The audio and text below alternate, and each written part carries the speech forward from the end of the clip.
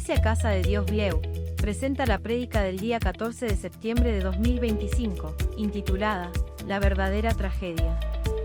En esta noche quería que podamos tener un pensamiento sobre un pasaje realmente muy conocido por nosotros, que en algún momento lo hemos escuchado, lo hemos leído, incluso personas que quizás nunca pisaron un templo, quizás algunas personas que nunca escucharon un mensaje, por lo menos de oídas o así, al pasar habrán escuchado la historia del hijo pródigo, que la encontramos en el Evangelio según San Lucas. Vamos a abrir nuestras Biblias, capítulo 15. Vamos a comenzar la lectura desde el versículo número 11. Todos nosotros conocemos este pasaje de la palabra de Dios, o al menos casi todos, pero siempre es refrescante volver a leer la palabra de Dios, porque la palabra de Dios se renueva día a día, porque es una palabra viva, es una palabra eficaz y más cortante que toda espada de dos filos. Dice: un hombre tenía 2 hijos, y el menor de ellos dijo a su padre: Padre, dame la parte de los bienes que me corresponde, y le repartió los bienes. No muchos días después, juntándolo todo el hijo menor, se fue lejos a una provincia apartada, y allí desperdició sus bienes viviendo perdidamente. Y cuando todo lo hubo malgastado, vino una gran hambre en aquella provincia y comenzó a faltarle. Y fue y se arrimó a uno de los ciudadanos de aquella tierra, el cual le envió a su hacienda para que apacentase cerdos.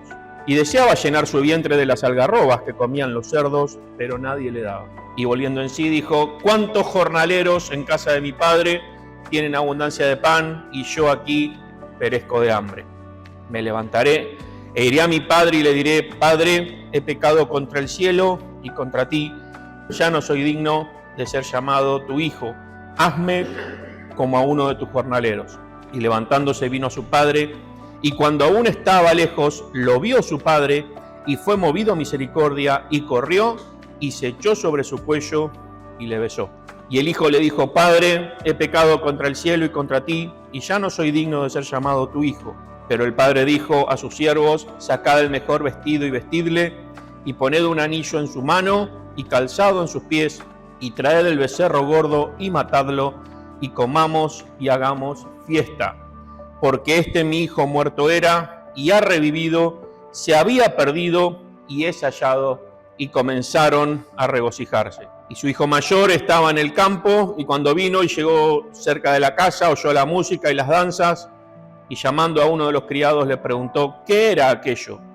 Él le dijo: tu hermano ha venido, y tu padre ha hecho matar el becerro gordo por haberle recibido bueno y sano. Entonces se enojó y no quería entrar. Salió por tanto su padre y le rogaba que entrase. Mas él respondiendo dijo al padre: he aquí tantos años te sirvo, no habiéndote desobedecido jamás, y nunca me has dado ni un cabrito para gozarme con mis amigos. Pero cuando vino este tu hijo que ha consumido tus bienes con rameras, has hecho matar para él el becerro gordo. Él entonces le dijo: hijo, tú siempre estás conmigo y todas mis cosas son tuyas. Mas era necesario hacer fiesta y regocijarnos, porque este tu hermano era muerto y ha revivido, se había perdido y es hallado. El Señor añada su más rica bendición a su palabra y al mensaje. Una de las cosas que yo estaba pensando cuando preparaba el mensaje es que, por lo menos la mayoría de las veces que yo escuché un sermón sobre este pasaje, siempre hacemos hincapié, o se hace hincapié, en el hijo, ¿no? ¿Qué hizo el hijo? ¿A dónde fue el hijo? ¿Lo mal que se portó el hijo? Todas las características y todos los yerros que tuvo el hijo. Indudablemente no se portó nada bien, o no se portó quizás como se esperaba que un hijo se portara. Pero yo me quiero centrar hoy en la figura del padre. El padre y la actitud. Nosotros, hasta que llegamos a determinado versículo, más precisamente el versículo 22, hasta ese versículo 22 el padre guarda silencio, no lo escuchamos. El padre está ahí, está presente en todo momento, pero no lo vemos ni recriminarle al hijo, ni decirle qué mal que estuviste, ni decirle por qué me hiciste esto, sino que lo vemos y lo percibimos, a pesar de que está presente, está en silencio. Vemos la realidad de esta persona, ¿no? Del hijo que hace algo, y muchas veces focalizamos la tragedia en el momento en que se le terminó el dinero. Pero podemos decir que en realidad la ruina de él comienza en el momento en que decide alejarse del padre. Ese es el punto de quiebre. El punto de quiebre es cuando le dice a su padre, desconociendo la autoridad, desconociendo la responsabilidad que tenía él como hijo y el amor hacia su padre, lo que le está diciendo en definitiva al padre es: no quiero saber más nada de vos, no me interesa estar con vos, no me interesa vivir acá, no me interesa tener una relación con vos. Y cuando nosotros decidimos conscientemente desobedecer a Dios, es un pecado de rebelión. Cuando nosotros decidimos alejarnos de Dios, el enemigo nos ofrece el pecado. Y el pecado, que es todo lo que nos aleja de Dios, es todo lo que a Dios no le agrada. ¿El pecado qué es al principio? Es algo atractivo. El enemigo nunca nos va a poner algo, nunca nos va a mostrar una oferta que a nosotros no nos satisfaga. La oferta que nos muestra el enemigo siempre es de cosas aparentemente atractivas, que aparentemente la vamos a pasar bien, que aparentemente lo vamos a disfrutar. Entonces, cuando nos alejamos de Dios, comenzamos a vivir la real tragedia. Cuando este hijo se va, ¿no? Dice la palabra de Dios, se fue lejos, punto de quiebre con el padre. Y allí, cuando le damos la bienvenida al pecado, dice, desperdició sus bienes viviendo perdidamente. Cuando yo decido espiritualmente irme a una provincia apartada, entre comillas, ¿no? Alejarme de mi padre y estar totalmente ajeno a la voluntad de Dios en mi vida, ahí va a empezar la tragedia. Aparentemente, al principio, está todo bien. Aparentemente estoy con algo atractivo, aparentemente estoy lleno de amigos. ¿Qué dijo en este momento el hijo pródigo? Mira qué bueno, cuántos amigos que tengo. Están todos conmigo. Pero dice la palabra del Señor que cuando todo lo hubo malgastado, vino una gran hambre en aquella provincia y comenzó a faltarle. Esto significa que si no estamos nosotros cerca de la casa de nuestro Padre Celestial y nos apartamos de Él, por más que nosotros podamos conseguir cosas materiales, cosas que el mundo puede añorar, cosas que el mundo puede anhelar, nada nos va a llenar si no es Jesucristo. Y cuando Jesucristo nos llena mi vida y cuando Jesucristo nos llena tu vida, podremos tener muchas cosas materiales como tenía el hijo pródigo. Y no estamos diciendo acá que los bienes materiales son malos per se, de por sí. Los bienes materiales los necesitamos. A todos nos gusta progresar, a todos nos gusta tener cosas, a todos nos gusta vivir cómodamente, vivir entre comillas de una manera confortable, pero acá el hijo pródigo cambió una relación que se quebró por algo que supuestamente le ofrecía el pecado que lo iba a hacer feliz. Y en un momento, dice la palabra de Dios, comenzó a faltarle y fue y se arremó a uno de sus ciudadanos de aquella tierra, el cual le envió a su hacienda para que apacentase cerdos. Tremendo. No había peor insulto que enviar a un judío a cuidar cerdos, animal considerado inmundo por la ley de Dios. Y esto es lo que nos hace descender el pecado. Cuando yo rompo mi relación con Dios, cuando yo hago lo que a mí me parece, cuando yo tomo decisiones sin consultar, cuando yo me alejo de mi Padre amoroso que está todo el tiempo dispuesto a perdonarme y no me importa nada, empiezo a hacer determinadas cosas hasta que en un momento el pecado y el enemigo vienen y pasan la factura. Y muchas veces decimos, esto me pasa y porque el enemigo y porque el diablo me tentó. Y lo que tenemos que tener en cuenta es que cada acto que nosotros realizamos, todos tienen consecuencias. La palabra consecuencia significa seguir juntos. ¿Qué quiere decir seguir juntos? Que hay cosas que van una tomada de la mano de la otra. Si yo prendo todas las hornallas de mi casa, las dejo una hora y después prendo un fósforo, ¿qué va a pasar? Va a explotar todo por los aires. ¿Y qué puedo decir yo después? Uy, mirá, qué cosa, cómo explotó mi casa. Yo fui el que abrí las hornallas, yo fui el que después prendí el fósforo. La analogía podemos trasladarlo al ámbito espiritual. Yo no puedo pretender estar lejos de Dios y que mi vida sea una bendición. Podré tener momentáneamente prosperidad material, podré tener momentáneamente un confort en lo que significa a un rango social, pongamos. Podré tener logros en mi trabajo, pero en un momento voy a darme cuenta que eso que yo estoy viviendo es lo que dice la palabra de Dios de la cisterna rota. La cisterna que recibe agua y nunca se llena. Recibe agua y nunca se llena. Porque cuando tengo rota mi relación con Dios, por más que yo quiera repararla con parches, no hay manera de hacerlo. Y la tragedia del hijo pródigo, sí, esto pródigo que significa malgastador, derrochador, dice, deseaba llenar su vientre de las algarrobas que comían los cerdos, pero nadie les daba. Y es una chauchita así quemada con unas cositas adentro, y eso quería comer el hijo pródigo. Tenía tanta hambre, la estaba pasando tan mal que decía, no me interesa. Y cuando nosotros estamos lejos de Dios, ¿qué es lo que nos ofrece el mundo? Nos ofrece una comida basura, algo que nosotros pensamos que nos va a llenar. Uy, las algarrobas. Tomamos como un tesoro algo que nadie quiere.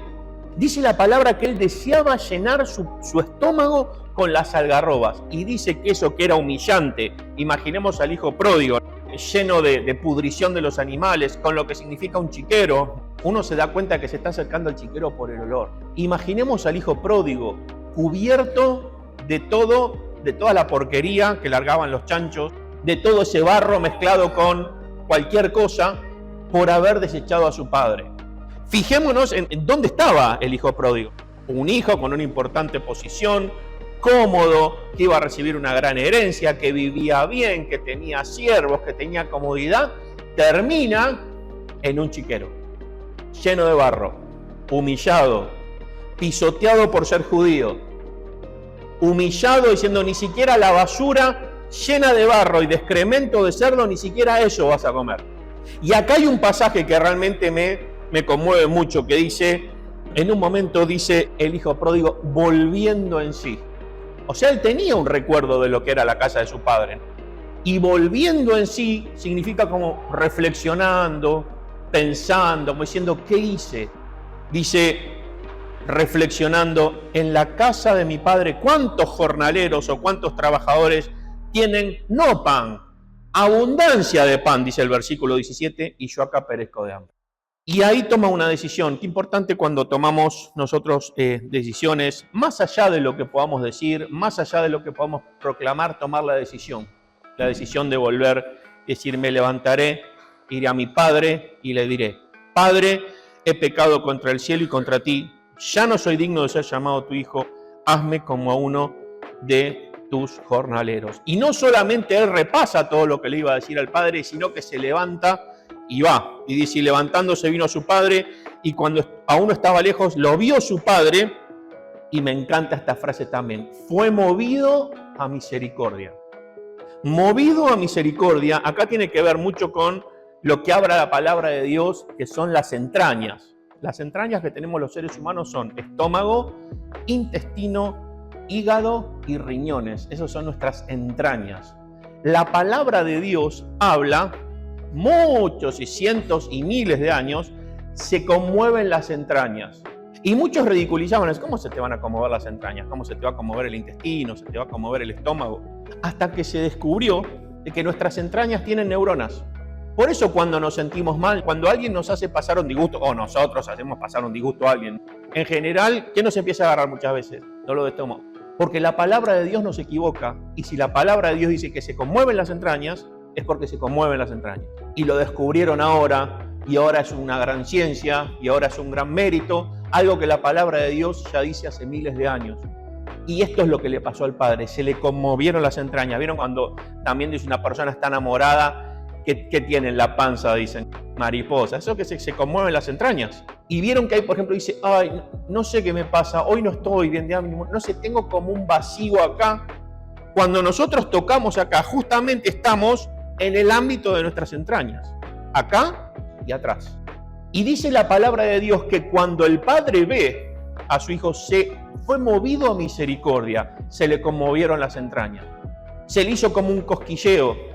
Le empezaron a agarrar retorcijones al padre. Estaba leyendo un comentario que me llamó mucho la atención sobre cultura judía, que dice que el padre hizo algo que estaba expresamente prohibido. Vieron que antes la familia hebrea es una familia muy patriarcal. Está la figura del padre y todos abajo del padre.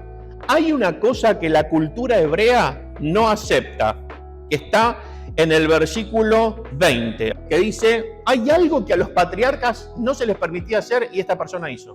era y es tremendamente mal visto que los patriarcas judíos corran. ¿Saben lo que dicen los patriarcas judíos? Nosotros somos importantes, nosotros somos cabeza de familia, nosotros tenemos que cuidar nuestros vestidos, no podemos correr. Que corran nuestros hijos, que corran nuestros empleados, que corran nuestras hijas, nuestras mujeres, pero nosotros no corremos.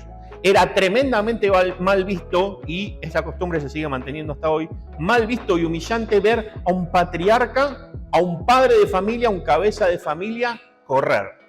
Sin embargo, ¿qué dice acá la palabra de Dios? Que no le importó nada al padre.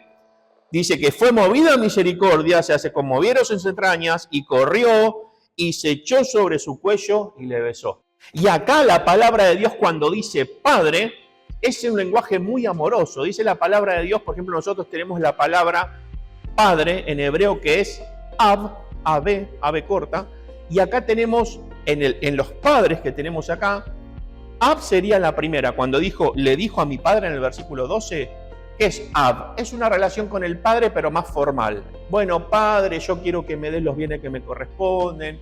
Es una palabra más fría, ab. La palabra que tenemos acá, en los versículos que estamos ahora, el reencuentro del padre con el hijo, la palabra es Abba. B larga A, que la conocemos todos, ¿no? Esa palabra que significa papá, podría ser también, ¿no? No me acuerdo en qué red social era, que había un nenito judío que llegaba al padre de un viaje y el nenito judío corría a recibir al padre y le decía Abba, Abba, Abba. Abba es un nombre muy tierno, muy amoroso y que funde la relación del padre con el hijo. Y el hijo, cuando ve al padre que se echa sobre su cuello, lo besa, le empieza a decir todo lo que tenía pensado decirle, ¿no?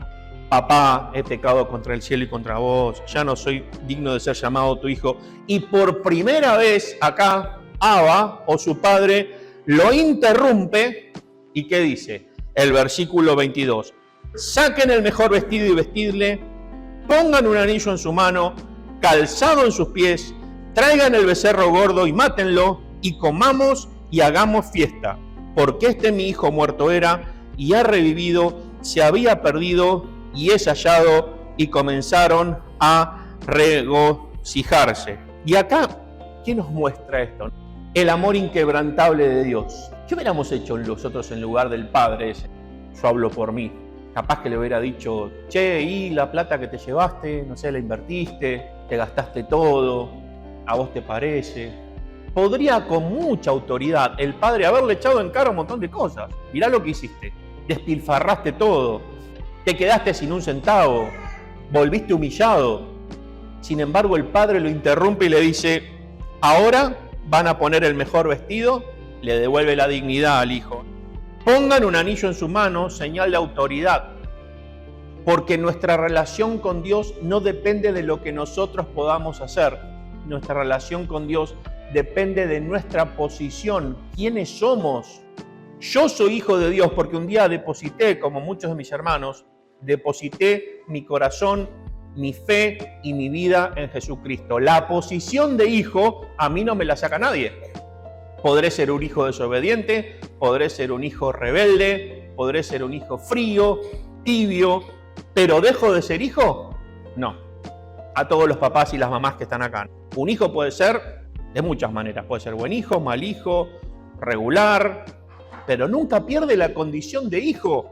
Y Dios al hijo que adopta, no le dice después, te portaste mal, ahora no te adopto más, no sos más mi hijo. Y entonces acá, por eso hace tanto ruido esto. Cuando llega, ¿no? Le da el vestido que era señal de dignidad, le da el anillo que era señal de autoridad, le da calzado, que esto reafirma también el amor, porque no cualquiera podía usar calzado. Dice, bueno, vino descalzo, pero va a estar calzado, seguramente habrá hecho que se bañe.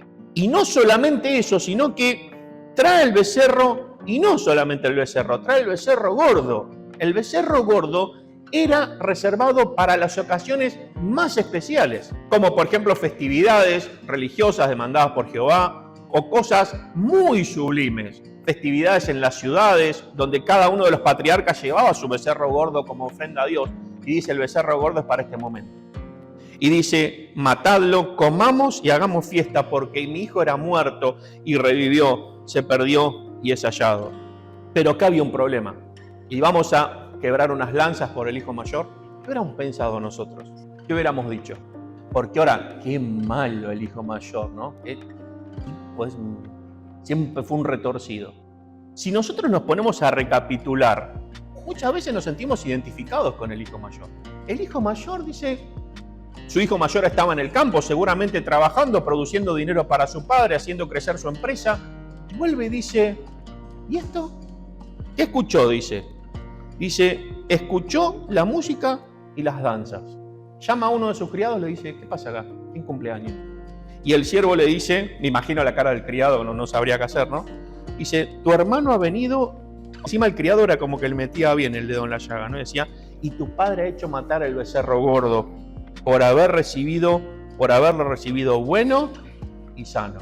Y el hijo mayor hizo algo que nosotros también haríamos. ¿Qué dice el versículo 28? ¿Qué dice? Entonces se enojó. ¿Cómo puede ser? ¿Cómo puede ser que este despilfarrador que gastó todo tu dinero, que se arruinó como persona, que vino, claro, reventó la plata y ahora viene arrepentido? Me imagino las cosas que habrá dicho. Entonces se enojó y no quería entrar. La justificación. Tantos años hace que te sirvo, no habiéndote desobedecido jamás, y nunca me has dado ni un cabrito para gozarme con mis amigos. Y el padre le dice, pero cuando vino tu hijo que ha consumido tus bienes con rameras, has hecho matar para él el becerro gordo. Él entonces le dijo, hijo, tú siempre estás conmigo y todas mis cosas son tuyas. Mas era necesario hacer fiesta y regocijarnos, porque tu hermano era muerto y ha revivido, se había perdido y es hallado. Podemos entender la indignación del hijo mayor. La podemos entender, la podemos aceptar. ¿Saben por qué la podemos entender y la podemos aceptar? Porque nosotros nos manejamos con los mismos parámetros, con los parámetros humanos. Nosotros como seres humanos pensamos así. ¿Cuál es el mérito de para que Dios le da lo que le está dando? ¿Por qué le da a él y a mí no? ¿Por qué que hizo esto recibe y yo no recibo? ¿Cómo puede ser que que es un tremendo pecador, Dios lo perdone y yo estoy acá y como si nada? Los parámetros que manejamos muchas veces, la mayoría de las veces, no son los parámetros de Dios. Dice la palabra de Dios que Él tiene un amor inquebrantable. Dice la palabra que Él es lento para la ira, grande en misericordia y que es tardo para airarse, dice la palabra. Entonces, cuando nosotros vemos un pasaje así, podemos decir también, y quizás hasta nos podemos indignar con el hijo mayor. Porque repito, ahora es sencillo decir, sí, bueno, lo que pasa que la parábola significa. Pero la indignación del hijo mayor la podemos entender. Lo que pasa es que el amor del Padre, el amor de Abba, el amor de nuestro Dios, es un amor que no podemos entender, no podemos concebir. Que el Padre haya mandado a su Hijo Jesucristo a morir por nosotros, que éramos sus enemigos, que éramos aquellos que no merecíamos nada, solo la condenación eterna, es un amor que no podemos comprender.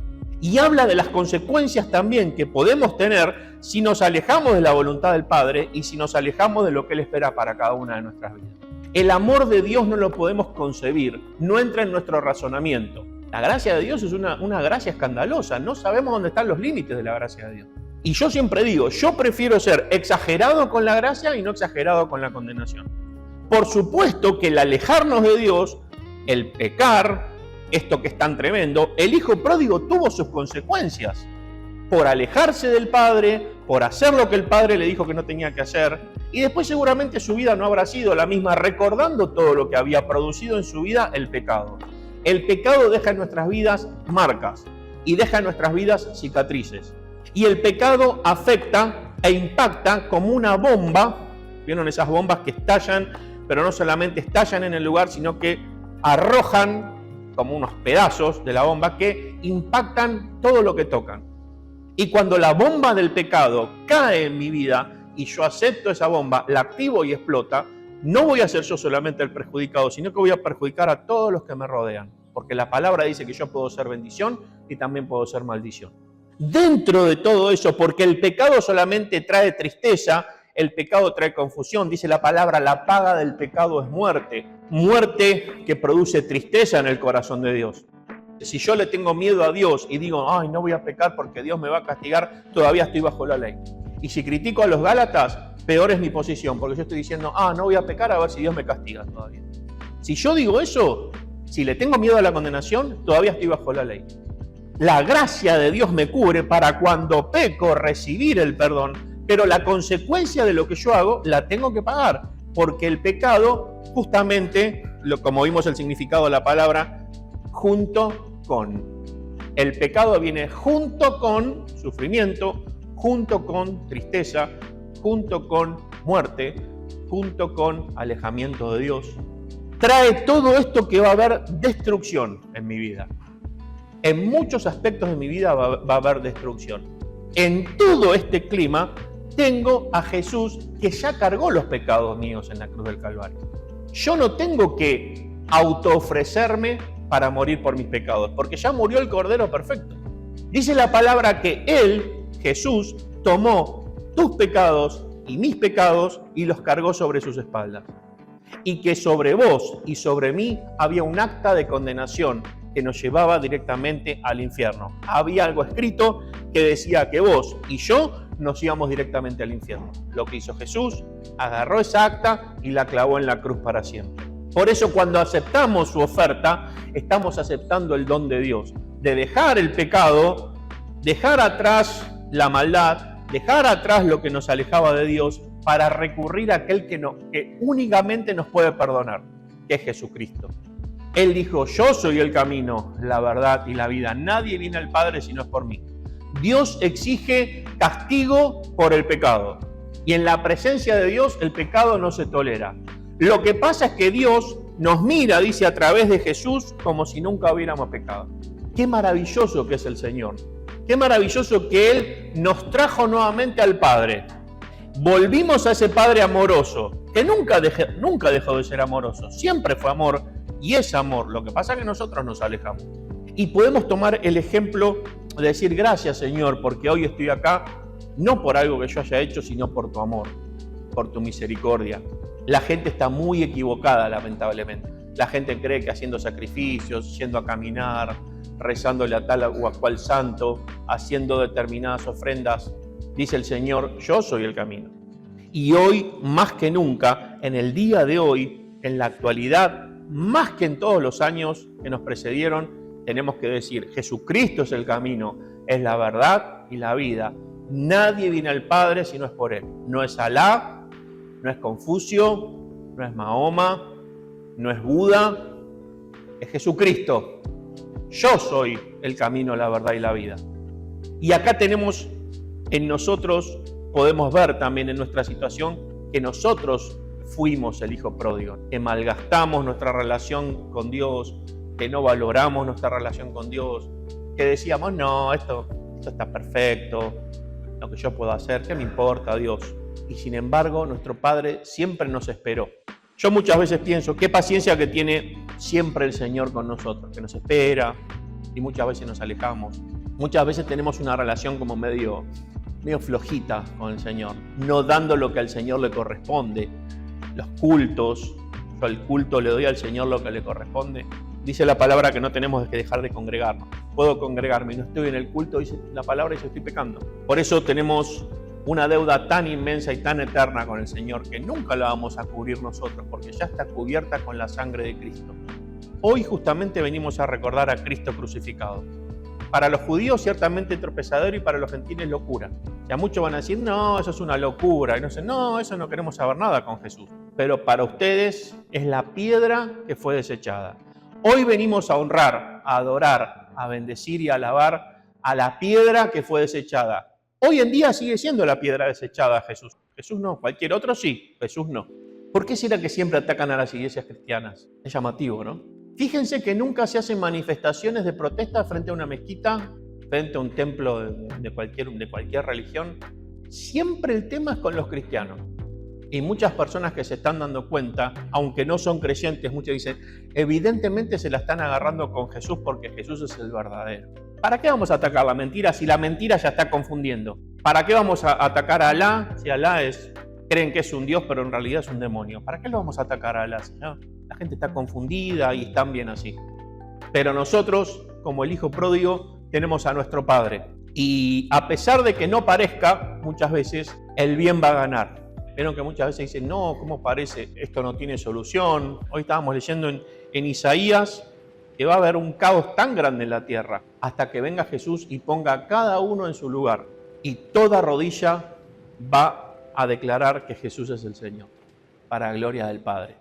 Por eso que esta historia del Hijo Pródigo quede en nuestros corazones, que podamos ponerla en práctica en nuestras vidas. Que digamos, yo en un momento fui el Hijo Pródigo y mi Padre me recibió, me perdonó, me abrazó, me besó, no me puso ningún reparo, sino que me perdonó. Las consecuencias del pecado las pagué, porque eso se paga, pero Él abrió los brazos de su gracia y me hizo sentir su amor infinito. Amor que vamos a celebrar hoy en la Cena del Señor, para que la bendición del Señor esté sobre cada uno de nosotros.